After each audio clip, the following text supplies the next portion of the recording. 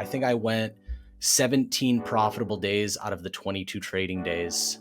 And so protecting somebody's capital, whether it's a loan from your friend's dad or the prop firm entrusting you with almost $250,000 in capital, it's word to the wise, take care of it because it might not come again. This might be your only opportunity.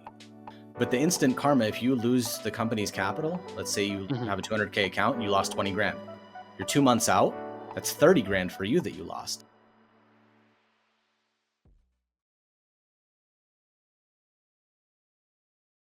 Welcome, everybody. Today, Artie and I are having a conversation about trading. We're talking about work-life balance. We're going to talk about many other things in between.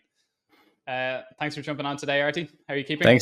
Thanks for having me. I'm well rested and tan from vacation, so very stoked about life. Yeah, much more than I am. I think I've been sitting in the shade too much. It's definitely the geography. Ireland is a little bit further north. Yeah. I think for the rest of my life, unfortunately, I'm going to have this ghostly look. It's all right. So, you are in a couple of challenges with us. How's your trading going? That's why I actually wanted to jump on a call with you, because I had just passed phase 1 of the challenge account on a 200K account in essentially a month, because I have 4 challenges going on right now. Each one is 200K. And I was doing fantastically well on all of them. They were like 212, 215, 217. And it's always that, like, you're close to the end and then you end up shooting yourself in the foot. And so I did that, and I brought pretty much every single account back down to its baseline at 200K. So in the last month, starting on April 4th, I believe, I was like, cool, stay consistent with the rules, because we were running a competition in the trading floor community that I run. Yeah. And the whole concept is that you get there. We have 5 specific strategies. And so all the users pick their favorite ones and they trade for that strategy as a team for the entire month. And the whole goal of it is consistency, doing it every single day, just like you would work out every single day to make physical improvements. You trade every day to get the skill set, to build that skill set so that it solidifies. And I don't like trading every single day, because some days are just really bad in the markets. It's either consolidating or just like liquidity grab after liquidity grab up and down. But I stayed consistent with it and traded the same strategy every single day, same signal for entry. And in 30 days, I managed to bring that account up from 200,000 to 220 and $49 and some cents. So my take profit, I calculated, I was like, what does my take profit need to be? And so I just hit it perfectly. And it's the second challenge that I've ever passed. The first one was, I think, a 50K account, but it was like a year and a half ago. And I immediately lost that account. The first day that I had the funded account, it was gone. I got it on a Friday. The payouts were Friday, and I made 49 cents. And then that was it. And you've got, so something interesting we've seen, you have now 3 phase 1s and you're in a phase 2, but you haven't even touched your phase 2 yet. Why are you holding off? So a lot of people that I've heard pass their phase 1, fail their phase 2. Or if they do the instant funding, they get funded and then they instantly lose their funded account. It's just a different mindset. And so what I wanted to do, since I have 4 of them, I'm trading the other ones instead of my phase 2, because this will not only let me know if what I did in the phase 1 was a fluke, but also solidify if that strategy will continue to work long-term, month over month, regardless of if I trade every single day or if I trade, once or twice a week when I see a good entry. So I'm trading the other phase 1s and doing it the way that fits my schedule, because I have way too many things to do. I can't be on the charts every single day. Even during this phase one that I Mhm. passed, it was really hard because halfway through the month, we had planned a vacation. And so I promised my wife that, I just need like 2 hours every day to just hop on the charts and do something. And that's when I really narrowed down the trading window, which Mhm. is one of the topics that I wanted to discuss with this in this call, because so many people, they have full-time jobs, they have full-time families. Some people have two jobs. Some people can only trade the Tokyo session living in, America, because it's nighttime for them. So everybody's asleep. They can have some quiet time to do their work.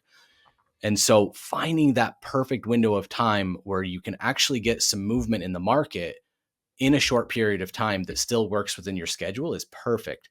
So what I was doing was trading the hour before New York open, that Mhm. 8:30 area, because there was still a lot of movement there.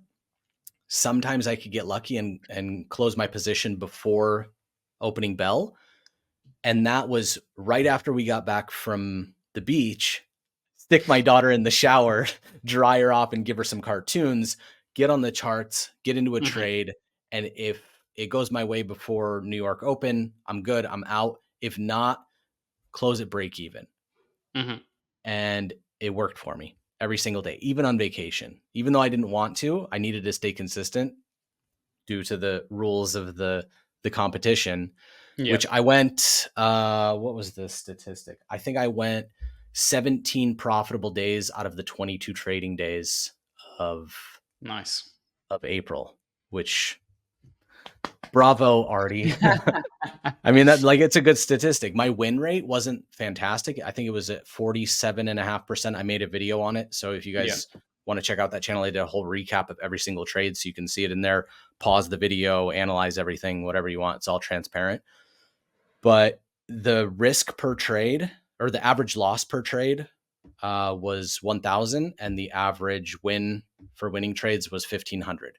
So Yeah. even under risking for the amount of capital that was 200,000, that's usually the risk that you would have 1 to 1.5 on a 100K account. So, and that's another thing I wanted to get into with this, because it people don't really understand the whole concept of preserving your capital, especially when it comes to a funded account.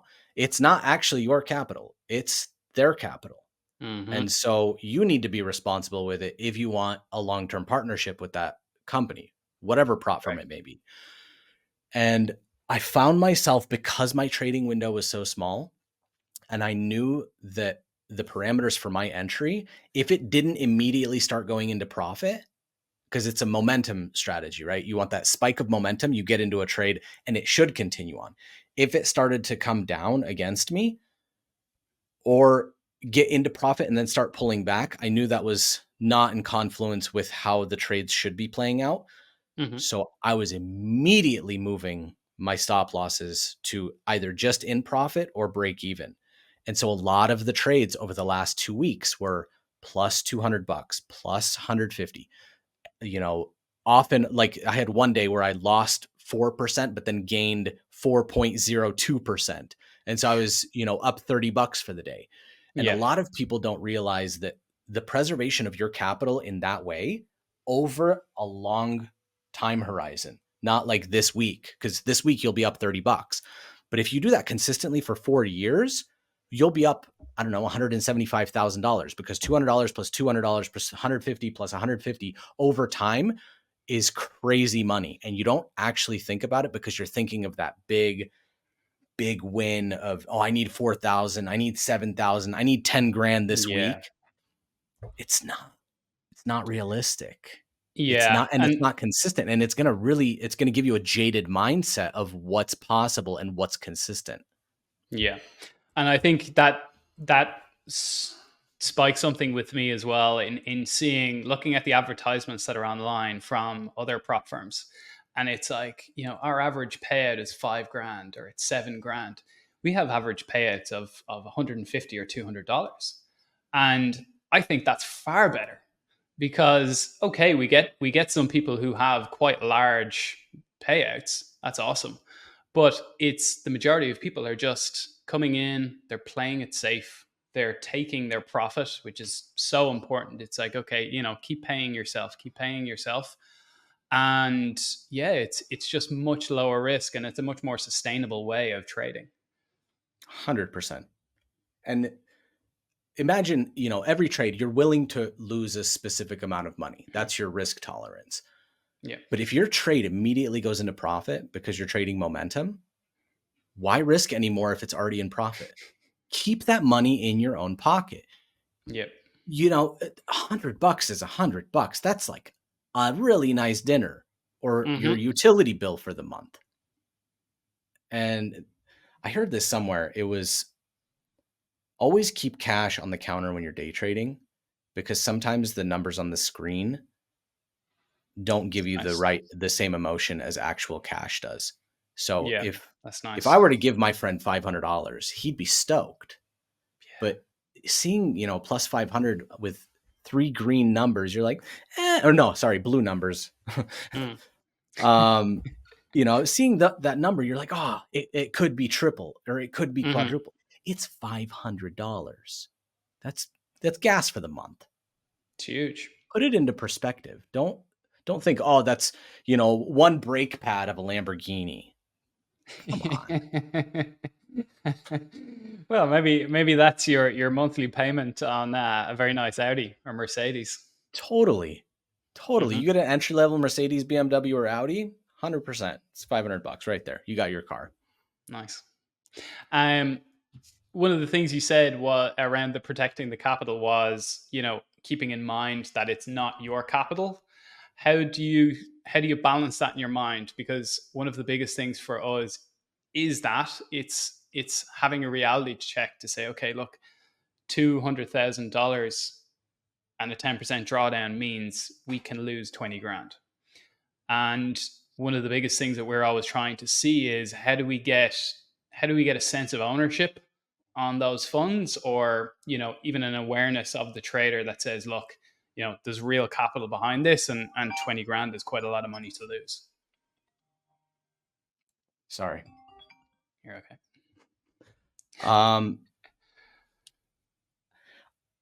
I don't know if maybe I'm built different or I have a good moral compass, but I think of all money, especially when using someone else's money, as a loan, borrowing Hmm. money. If you say you're in high school or college and you go to your friend's dad and you say, hey, can I borrow $50,000 or $100,000? You would feel a certain obligation to that person, not only one, to not screw them over, but two, Hmm. like out of respect that they trusted you with said money to give it back to them plus whatever interest they wanted on it. For example, with the funded account is the commission split. Yep. You're entrusting me with a loan essentially. You're giving me control of massive amounts of money. Like, I don't think people really understand how much $100,000 is, but it's a substantial amount of money that you only have to pay $1,000 to get access to, right? Or Yep. $500 to get access to, depending on which account size you get. But I don't know. I feel an obligation to that person because they trusted me, that, you know, they should be able to trust me with the capital to not screw it up. Because if I lost the money, I would feel guilty going back in again and asking for more. Hmm. So imagine passing a funded account, then you lose the company 20 grand. And then you're like, all right, back to square one. You do the funded account challenge or the free trial, you get the account, and then you screw up again. That company's out 40 grand. I don't think it's right to, go for it again and Yeah. expect them to trust you. How would you get that idea across? Because again, we're in an environment now where prop firms have almost conditioned people to think this way. Like, if I was a trader, and I was looking at all of the options out there, and I wasn't really factoring in, some of the other elements, I would just say, okay, look, well, it's kind of a churn and burn scenario. I go in here, most of them aren't actually losing money, so it doesn't really matter if I lose them 20 grand simulated because it's not gone. So my whole environment is just churn and burn. I go in, I buy 10 accounts, I pass three, and then make profit on one. And as long as I make more than 15 grand that those challenges cost, I'm in the green. I guess what would you say to people who, maybe are conditioned by this mindset, but now there's a different solution on the market. Now there's one that's actually aligned with them where there wasn't before. It's very simple. Karma exists and it comes back tenfold. Imagine doing what you're doing and blowing the prop firm's capital. Let's say you do it 5 times, 10 times, right? And they still give you your money. Then you start winning. You're starting to make money. You make a bunch of money. The prop firm makes a bunch of money off of your back. And then karma comes back. Let's say you have 1.2 million in your own bank account. You're living the high life. Karma comes back, whether it's going to be a huge tax imposed in your geographical area, something unexpected, your foundation cracks, something is going to happen and it's going to be unexpected. And it always, I don't know. When I see a car on the side of the road, I'm going to get out and I'm going to help him push. I see the dude pushing his car. He's struggling. It's raining. It's dark. It's dangerous. I'm going to get out. I'm going to pull off to the side of the road. I'm going to get out and I'm going to help him push it because we can do it 5 times faster with 2 people. He's going to be safe. And if I'm ever in that situation, I would like a helping hand as well. So what comes around goes around. And if you don't believe that to be factual, just give it a couple of more years. I promise you'll have some sort of life experience. So why not know that may come to fruition? So do the best in order to be a good human being. It's going to make all of society better. And I know my message is going to fall on a lot of deaf ears because they think just money and Lambos and Rolexes and everything. But eventually, life is long and life you've had rough patches before, whether you're just starting out or you're 30 years old, you're 20 years old. I guarantee you can hand pick at least 10 things in your life that were so miserable you wish they wouldn't have occurred, but it made you a stronger person. Yep. So if you do good things will come. I would prefer doing good all of the time, so less bad things come back to me. Bad things are never fun to go through. I know we all have the endurance and stamina to get through bad things, but less is better, in my opinion. So I do as much as I can not to be a garbage person. And so protecting somebody's capital, whether it's a loan from your friend's dad or the prop firm entrusting you with almost $250,000 in capital, it's word to the wise, take care of it because it might not come again. This might be your only opportunity. Yeah, that's big. And I think that alongside what you were saying earlier about the framing and putting a real physical, image of what that 20 grand is, because you go and lose 20 grand, that's the down payment on a house. Easily. That's a very reasonable car. That's an incredible holiday to the other side of the world. Real, half a year's salary for a lot of people. It's perspective. People usually they have this kind of made up number, like, oh, I want to be a millionaire. Well, why? What in your life do you want that costs that amount of money? And then if you actually break it down, your Lambo lease is like, I don't know, $1,500, $2,000 a month. That huge penthouse apartment that you want in the nice city, not that much, 10 grand maybe. Add up all those things on a list or on a whiteboard or whatever. This is why I have whiteboard. It is the best thing known to mankind. Add it up and see how much money you actually need. And you'll come to realize that maybe you don't need to be a millionaire. Maybe $182,343 a year is just fine. And that's doable, especially with prop firms. That's not even that many percent. Or if you have 2 of them. Or if you scale an account. Yeah, for sure. And I think that's huge as well in terms of people's expectation of one of the things, I suppose, other than Funder Pro that I tend to focus on is understanding, how how the expectations that you have, and I suppose that based in finance, what you can actually achieve in your life and the changes that you can make in your life with, quite a reasonable amount of money, and then taking then calculated decisions towards that.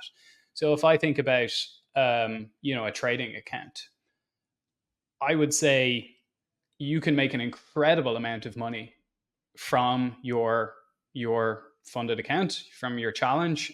You can make great money as well from your own capital on the market, if that's the way you want to do it too. But also understanding that there's kind of a risk reward on everything.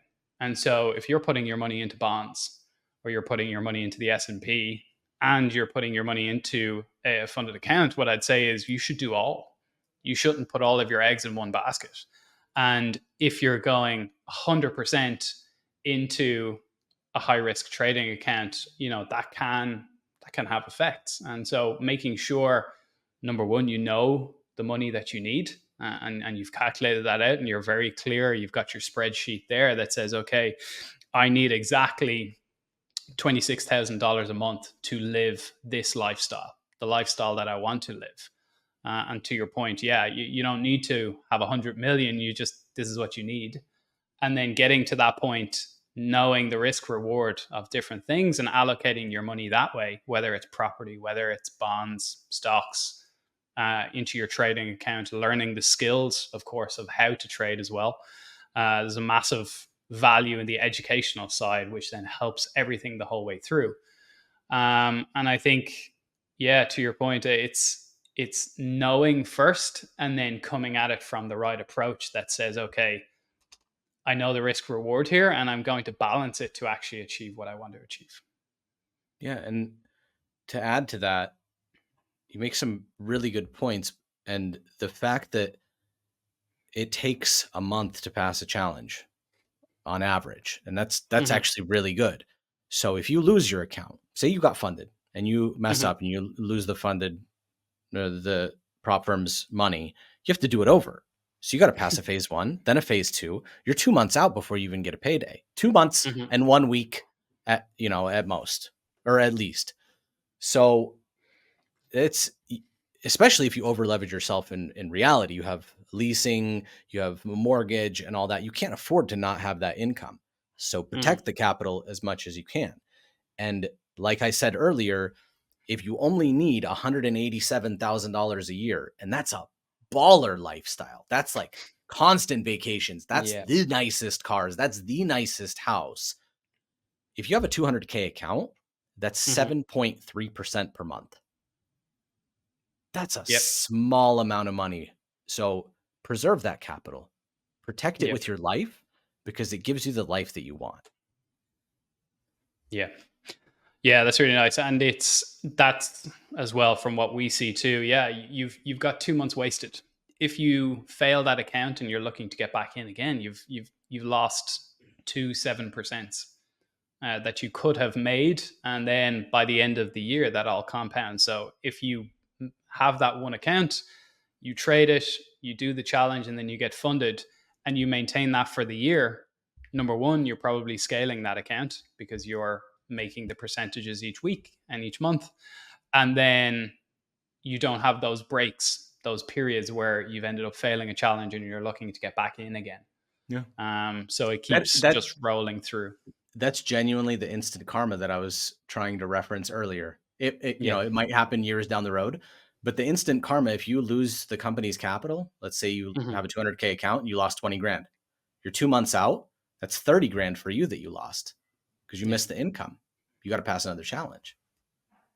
So, Nice. And then, yeah, I guess from then the point of a trader. So let's say, the majority of traders that we're working with they're at a point where they're keeping that consistency, they're working through, and they're saying, okay, look, they're in their day job, but their goal is to have that independence. So, it's important, of course, to have that cushion, what you can rely on, what you're getting from your work and your salary. But of course, the vision is to get to that point of earning enough and getting into a financial position to, free up your time and have that independence. And a lot of people, well, may perceive themselves that they can't make that whiteboard and say, okay, I control all my time, and here's where I'm going to fit my time. What would you say to a person who's kind of in that position now? They're working the day job, but they're looking to have that greater control over their time.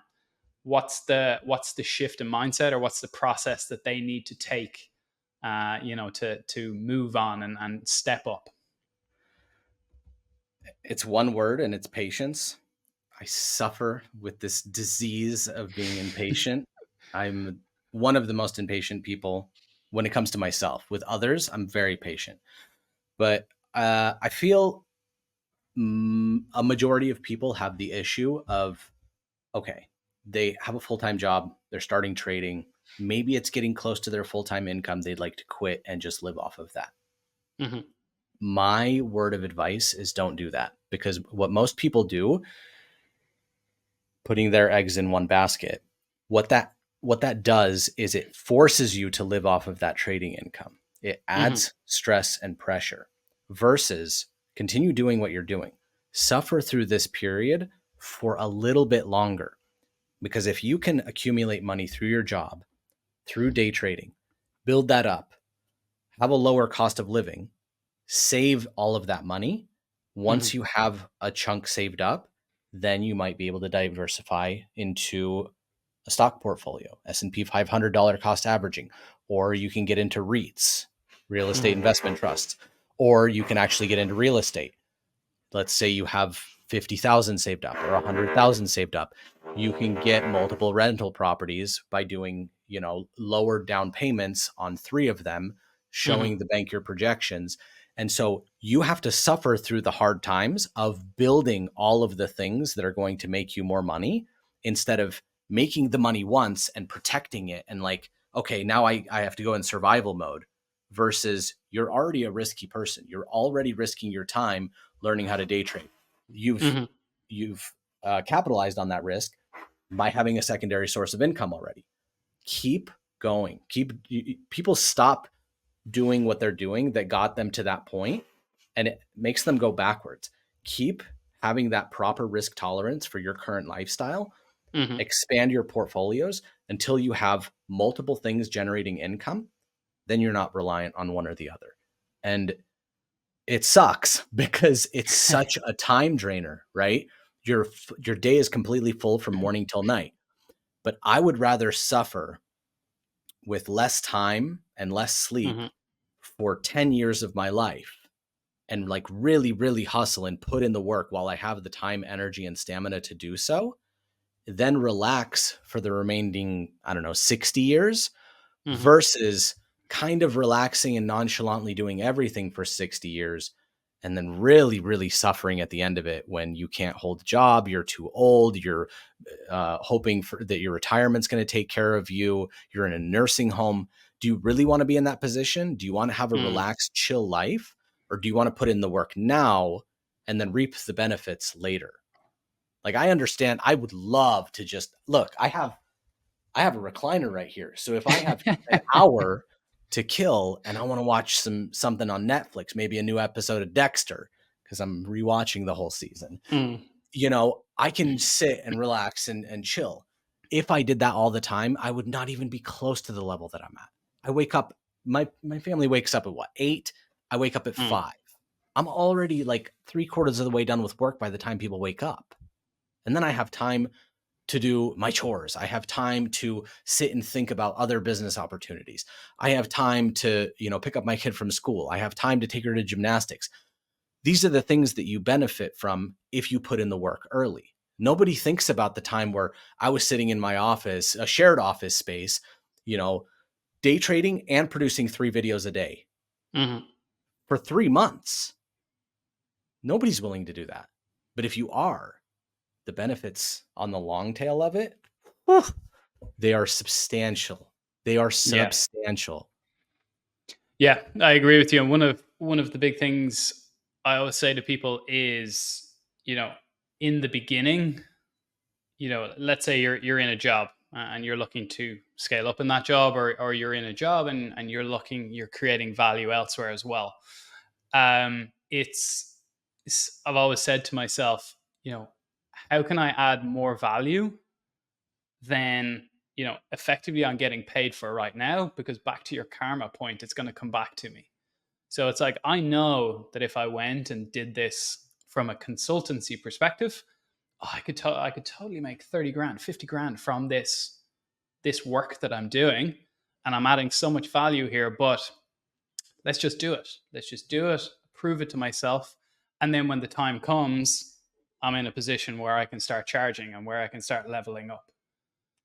I think that to me is like, put in the hard work, similar to what you're saying, put in those long hours, get to a point where you've proven it to yourself. Because I think that's one of the major things, is getting, say, I've proven it to myself. Now I know it's the time to jump.